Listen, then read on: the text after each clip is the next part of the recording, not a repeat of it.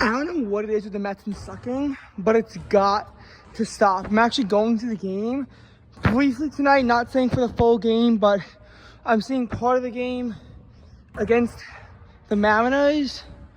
But what happened to the Mets is pathetic. 2-13 in their last 15 after a 3-14 stretch early in the year. They're 19-33 across the last 52 games. If this pace keeps up, the Mets will finish the season 77-85.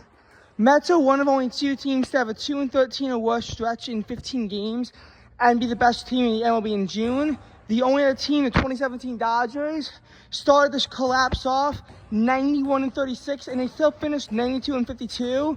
Pretty much guaranteed to make the postseason, and we're just honestly trying to run the clock out, and we're throwing a bunch of punt lineups out there.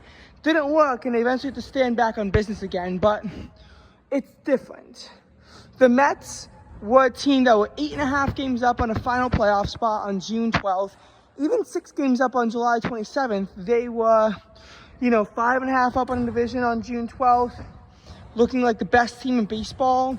Even on July 27th, they weren't looking great, but the Mets were still a team that was in competition for a bye. And in the last 5 series, 3 sweeps and 2 series losses. In the month of August, 2-7 at home, 0-3 on the road. They also got swept out to the Padres on the road. So the reality for the Mets is that the season is turning very grim.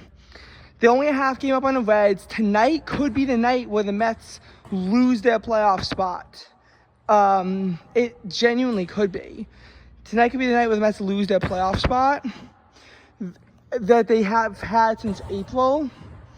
And they're only 7 above 500. They're at their lowest point since mid-April. Not even late April, mid-April. Reality is the Mets are not a good team this year, aside from their hot start.